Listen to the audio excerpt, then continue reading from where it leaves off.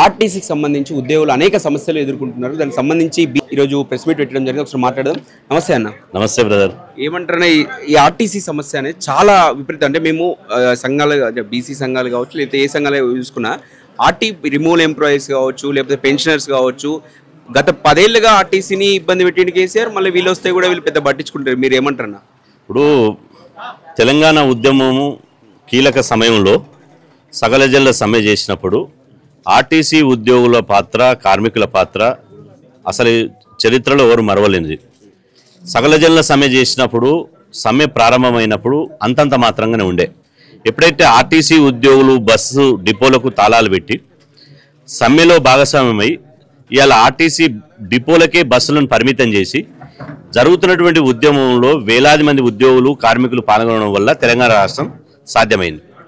ఏ ఉద్యోగుల త్యాగాలతోటి, ఆర్టీసీ సమ్మెతోటి తెలంగాణ రాష్ట్రం వచ్చిన తర్వాత గత 10 ఏళ్ల కాలంలో మాజీ ముఖ్యమంత్రి కేసీఆర్ గారు ఆర్టీసీ సంస్థ మీద, అందులో పనిచేసేటువంటి సుమారు 40,000 మంది ఉద్యోగ కార్మికుల మీద ఉక్కుపాదం మోపిండు. వాళ్ళని ఎక్కడికక్కడ ఇవాళ ప్రజాస్వామ్యబద్ధంగా మాకు రావాల్సినటువంటి ఉద్యోగులకు, ఆర్టీసీ కార్మికులు రావాల్సినటువంటి న్యాయమైన డిమాండ్లు కోరితే కనీసం సమ్మెకు నోటీస్ ఇస్తే నోటీస్ స్పందించలేదు. ఆ తర్వాత సమ్మె చేస్తే దాదాపు 56 రోజులు సమ్మె చేస్తే సమ్మె మీద ఉక్కు పాదం మోపి ఇవాళ ఆర్టీసీ కుటుంబాలను భయభ్రాంతులకు గురి చేసి ఆర్టీసీ ఉద్యోగుల ఉద్యమాన్ని అణిచివేసిండు. అట్లాంటి ఆర్టీసీ ఉద్యోగులు అణిచివేసినటువంటి క్రమం లోపల ఆర్టీసీలో ఉన్నటువంటి ఉద్యోగ సమాజం ఒక నిర్ణయం తీసుకుంది. కేసీఆర్ ఉంటే ఆర్టీసీ సంస్థ మనుగడ సాధించదు. కేసీఆర్ కనుక మళ్ళీ 3వసారి అధికారంలోకి వస్తే ఆర్టీసీని వేలం వేసి, ఎందుకంటే అప్పటికే గత 10 ఏళ్ల పరిపాలనలో టీఆర్ఎస్ ప్రభుత్వంలో విలువైనటువంటి భూములను లీజుల పేరు మీద కొట్టేసారు. అదేవిధంగా ఆర్టీసీ సంస్థకు సంబంధించిన భూములను కబ్జాలు చేసుకున్నారు. ఆ తర్వాత ఇవాళ వేలంపాటలో చాలామంది డిపోలను కూడా మూసేసి వేలంపాటలు కూడా పాడు. కాబట్టి ఇంకా మళ్ళీ బీఆర్ఎస్ ప్రభుత్వం, కేసీఆర్ కనుక మళ్ళీ తెలంగాణ రాష్ట్రంలో 3వసారి వస్తే తెలంగాణ రాష్ట్ర చరిత్రలో ఇవాళ ఆర్టీసీ కార్పొరేషన్ అనేది ఇవాళ ఉండదు.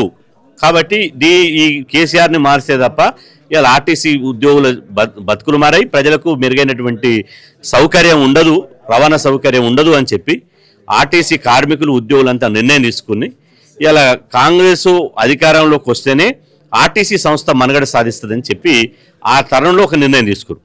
అదే సమయంలో కాంగ్రెస్ పార్టీ ఇవాళ మార్పు రావాలి, కాంగ్రెస్ రావాలి అని ఒక నినాదం తీసుకుని మేము అధికారంలోకి వస్తే 6 నెలల్లోనే ఆర్టీసీని, ఏదైతే ఆర్టీసీ కార్పొరేషన్ ఉందో ఈ కార్పొరేషన్ని మేము ప్రభుత్వంలో విలీనం చేస్తాము. అదేవిధంగా విలీనం చేసిన తర్వాత ఆర్టీసీలో పనిచేసేటువంటి కార్మికులు, ఉద్యోగులు ఇవాళ ఎవరైతే ఉన్నారో వారందరినీ ప్రభుత్వ ఉద్యోగులు గుర్తిస్తాము. ప్రభుత్వ ఉద్యోగులకు ఎట్లయితే జీతభత్యాలు, వేతనాలు ఇచ్చి గౌరవిస్తున్నామో, అదేవిధంగా గుర్తింపునిస్తున్నామో, అదేవిధంగా ఆర్టీసీ ఉద్యోగులకు కూడా అదే విధంగా ఉంటుంది అని చెప్పి స్పష్టంగా చెప్పడం జరిగింది. కాంగ్రెస్ ప్రభుత్వం వచ్చి 22 నెలలైంది. ఇప్పటికీ ఇచ్చిన మాట మీద ఇంతవరకు అతిగతి లేదు. ఈరోజు మేము స్పష్టంగా అడుగుతున్నాం, ఆర్టీసీ కార్మికుల చెమట చుక్క వల్లే, వాళ్ళ రెక్కల కష్టంతో ఇలా కాంగ్రెస్ ప్రభుత్వం అధికారంలోకి వచ్చింది. ఎందుకు అంటే ఎప్పుడైతే మహాలక్ష్మి పథకం తీసుకొచ్చి ఇవాళ మహిళలకు ఆర్టీసీలో ఉచిత ప్రయాణం అనేది ఎప్పుడైతే మేనిఫెస్టోలో పెట్టి హామీ ఇచ్చిందో, ఇలా ఆర్టీసీ ఉద్యోగులు ఎన్ని ఇబ్బందులు పడ్డా మనం సోషల్ మీడియాలో చూస్తున్నాం, మన ప్రధాన మీడియాలో కూడా చూస్తున్నాం. ఆ ఆర్టీసీలోకి సంబంధించిన గొడవలు అవుతున్నా, చిన్న చిన్న గొడవలు అవుతున్నా, రకరకాల ఇబ్బందులు అవుతున్నా ప్రభుత్వం ప్రకటించినటువంటి మహాలక్ష్మి పథకానికి ఎక్కడ గండిపడకుండా దాన్ని దిగ్విజయంగా మొన్న గౌరవ మంత్రివర్యులు పొన్నం ప్రభాకర్ అన్న గారు ఒక ప్రెస్ మీట్ పెట్టి ఇప్పటికీ 200 కోట్ల సంబంధించినటువంటి ట్రాన్స్పోర్ట్ ఉచిత ప్రయాణం మహిళలు ఉపయోగించుకున్నారని చెప్పింది. అంటే 200 కోట్ల సంబంధించినటువంటి ఇవాళ ఉచిత ప్రయాణం ఉపయోగించుకుంటారంటే దానికి ప్రధాన కారణం ఆర్టీసీ ఉద్యోగులు, ప్రధానంగా డ్రైవర్లు, కండక్టర్లు, సూపర్వైజర్లు, అందులో పనిచేస్తున్నటువంటి మెకానిక్తో సహా, ఈవెన్ స్వీపర్తో సహా ఆర్టీసీలో పనిచేస్తున్నటువంటి వాళ్ళ యొక్క త్యాగం వల్లనే, వాళ్ళ యొక్క పనితనం వల్లనే ఇలా ప్రభుత్వానికి ఇంత మంచి పేరు వచ్చింది. ఇలా మహాలక్ష్మి పథకం కూడా బ్రహ్మాండంగా కొనసాగుతుంది. కాబట్టి ఇక్కడ ప్రధానంగా ఇలా మేము పెట్టినటువంటి మీడియా సమావేశంలో ఆర్టీసీ బీసీ ఉద్యోగుల సంఘం సమావేశంలో ప్రధాన నిర్ణయం ఆర్టీసీని ఇప్పటికైనా ప్రభుత్వంలో విలీనం చేయాలి. అదేవిధంగా ప్రభుత్వ ఉద్యోగులతో సమానంగా వాళ్ళ వేతనాలు పెంచాలి. అదేవిధంగా ఆర్టీసీ బీసీ ఉద్యోగుల సంఘానికి, ఎందుకంటే ప్రభుత్వం గుర్తింపునిస్తుంది, చాలా సంఘాలకు నిన్న సిఎస్ గారు ఇచ్చారు. కాబట్టి ఆర్టీసీలో పనిచేసి, ఎందుకంటే 38,000కు పైగా ఆర్టీసీ ఉద్యోగులు కార్మికులు ఇలా సంస్థలో పనిచేస్తున్నారు. ఆ 38,000 మందిలో సుమారు 22,000కు పైగా బీసీ ఉద్యోగులు ఉన్నారు. 22,000 మంది ఉన్న బీసీ ఉద్యోగులని అలా బీసీ ఉద్యోగుల సంఘానికి ఆర్టీసీ యాజమాన్యం ఇలా గుర్తింపునివ్వాలి కదా. మా సోదర ఎస్సీ ఎస్టీ అసోసియేషన్కు గుర్తింపునిచ్చింది, సంతోషం, 100% ఇవ్వాలి.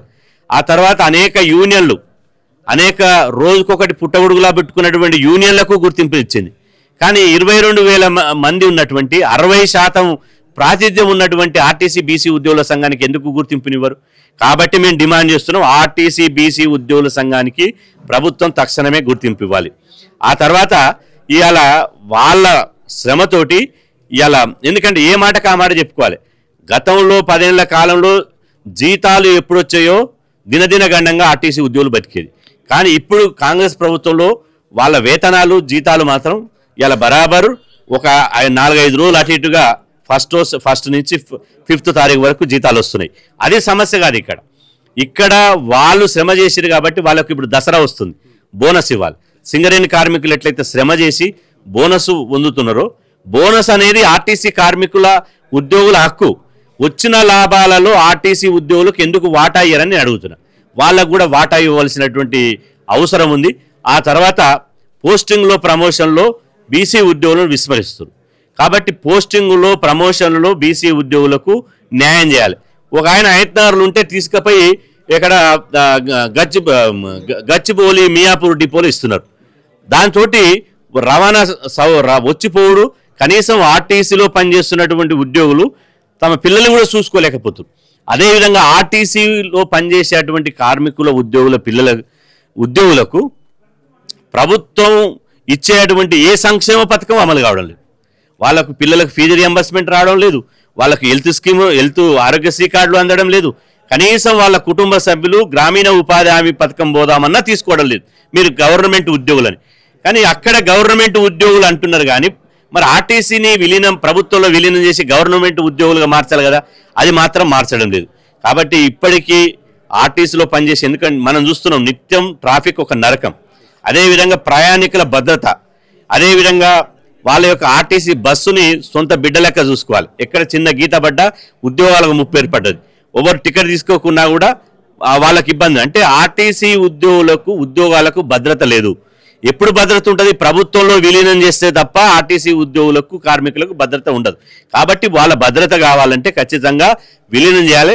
ఈరోజు వాళ్ళు టెన్షన్, ఇలా 40,000 మంది మెయిన్ ఇష్యూ అంటే చిన్న చిన్న ఇష్యూల వల్లనే వాళ్ళని తీసి సస్పెండ్ చేసి పక్కకు పెడతా ఉన్నారు. ఈ సజ్జనార్ వచ్చినాక ఇది ఎక్కువైందని చెప్పేసి మాట్లాడుకుంటున్నటువంటి పరిస్థితి ఉద్యోగులు. మీరేమంటారు? ఇప్పుడు మేము సజ్జనార్ గారు లేకపోతే ఈఎండినా ఇంకో ఎండి కాదు, ఇది పాలసీ నిర్ణయం.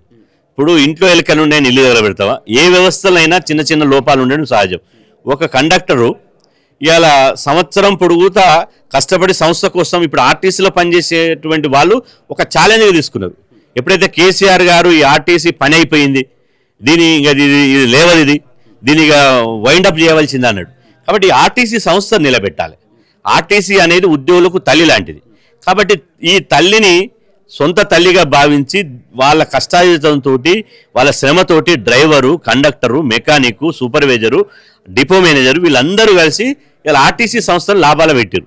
ఇట్లాంటి సమయంలో చిన్న చిన్న కారణాలు చూపించి ఏదో లేట్ అయిందనో, లేకపోతే టికెట్ తీసుకోలేదనో, లేకపోతే నువ్వు టైంకు రాలేదనో, లేకపోతే టైంకు పోలేదనో, ఈ చిన్న చిన్న కారణాలతోటి ఆర్టీసీ ఉద్యోగులను తొలగిస్తున్నారు. దీన్ని మేము తీవ్రంగా వ్యతిరేకిస్తున్నాం. ఎవరిని తొలగించినా బస్ భవన్ ముట్టడిస్తాం. ఈ సమస్యల కోసం ఇప్పటిదాకా ఇవాళ మీ రాష్ట్ర కార్యవర్గం పెట్టి మీడియా సమావేశం మాట్లాడినాం. ఇక నుంచి మా కార్యాచరణ ఈ ఆర్టీసీ బీసీ ఉద్యోగుల సమస్యల మీద, మొత్తం ఆర్టీసీ కార్మికుల సమస్యల మీద గౌరవ ముఖ్యమంత్రి రేవంత్ రెడ్డి గారిని కలుస్తాం, గౌరవ మంత్రివర్యులు పొన్నం ప్రభాకర్ గారిని కలుస్తాం, అదేవిధంగా ఎండి సజ్జనారాయణ గారు కలిసి ఈ ఆర్టీసీ సమస్యలు, ఆర్టీసీ డిమాండ్లు, బీసీ ఉద్యోగుల సమస్యలను వారి దృష్టికి తీసుకుపోతాం. ఆ తర్వాత ఈ వారం నుంచి సానుకూలమైన స్పందన వస్తే సంతోషం, రాకపోతే మాత్రం బస్ భవన్ ముట్టడిస్తాం. ఆ తర్వాత హైదరాబాద్లో 1000 మంది ఆర్టీసీ కార్మికుల ఉద్యోగులతోటి రాష్ట్ర మహాసభ పెడతాం. ఆ రాష్ట్ర మహాసభలో మా ఆర్టీసీ బీసీ ఉద్యోగుల కార్యాచరణ ప్రకటిస్తాం.